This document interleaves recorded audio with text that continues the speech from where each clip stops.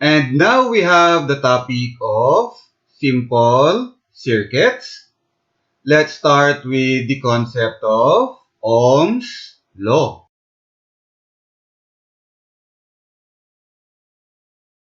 Put in simple terms, you have an electric current, variable I. You have an electric current when there are moving charges.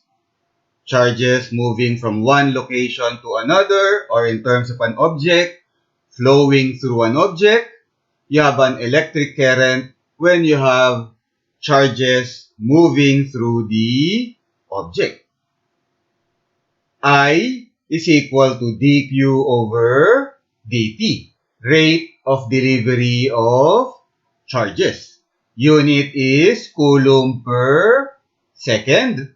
This is given its own unit, ampere, capital A, 1 ampere. An electric current will flow through an object when there is potential difference or voltage across the object. Unit is volts, capital V. Electric potential is related to electric potential energy. If there is difference in electric potential or potential difference, there's basically difference in electric potential energy. And when there is difference in potential energy, there is the possibility of motion. In this case, motion of charges, electric current. So there will be electric current I when there is voltage V across the object. The relationship between voltage and electric current is given by Ohm's law. Ohm's law, V is equal to I, R. V is voltage across the object. I is the current flowing through the object. And R is property of the object, referred to as the resistance of the object. Unit is ohm, Greek letter omega, ohm. Each object has its own value of resistance. So Ohm's law, V is equal to I, R.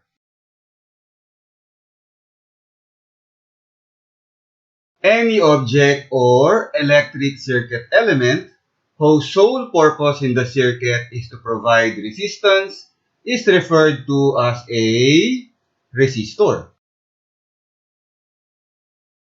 A voltage source is referred to as a power source or electromotive force source.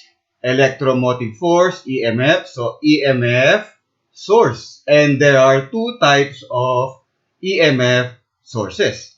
You have ideal EMF source and real EMF source. For an ideal EMF source, the terminal voltage V is equal to the EMF rating of the source. An EMF source has two terminals, the positive terminal and the negative terminal.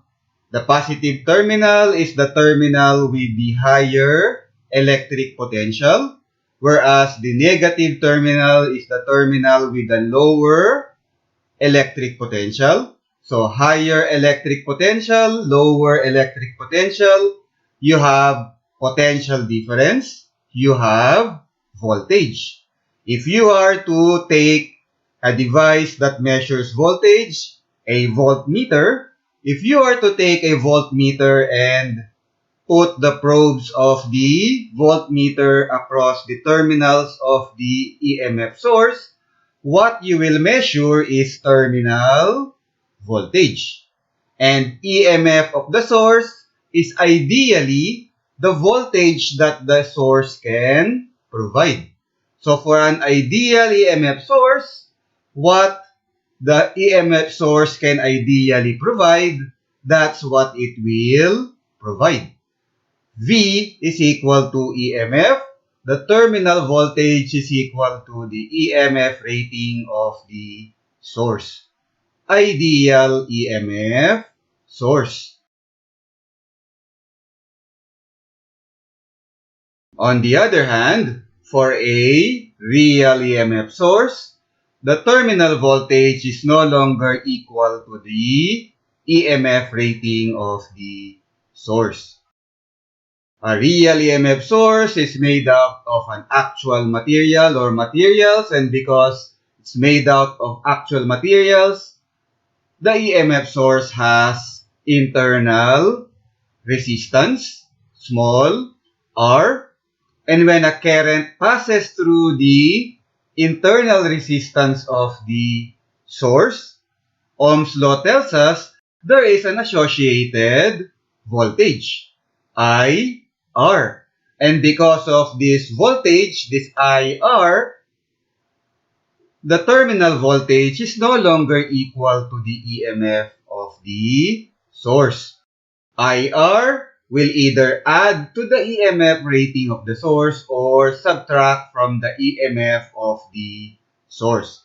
Whichever is the case, the terminal voltage is no longer equal to the EMF rating of the source. So, V is equal to EMF plus minus IR. Plus, minus, to determine which of these two you will use, look at the current passing through the EMF source. If the current passes through the EMF source, enters the EMF source via the positive terminal, use plus. V is equal to EMF plus IR. On the other hand, if the current enters the EMF source via the negative terminal, use minus sign.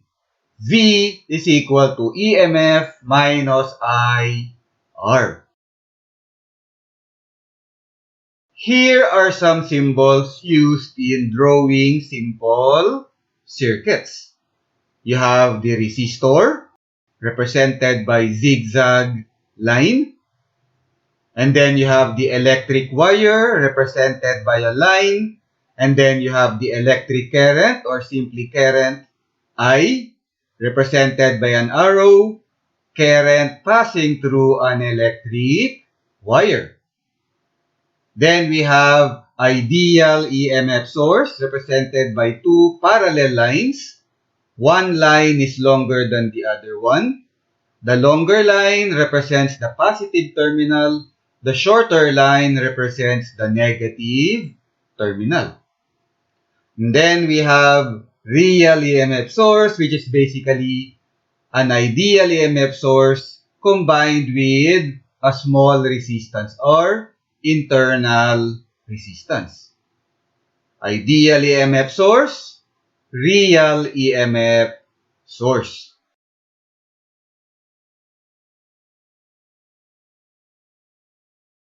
There are two types of circuits. You have direct current circuit or DC circuit, and you have alternating current circuit or AC circuit. With DC circuits, the current values are more or less constant.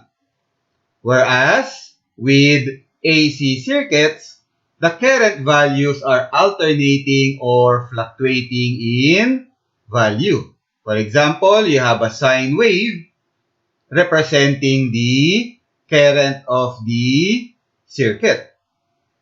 The current is just like a sine wave, alternating or fluctuating in value. You have an AC circuit. For the most part, this topic and this course will be concerned with DC circuits. The current values are more or less constant. And that's it for now. That's it for our discussion on Ohm's law. We'll continue our discussion on simple circuits in the next video. In the next video, we'll take a look at the concept of power in resistors. So again, that's it for now, and thank you for watching.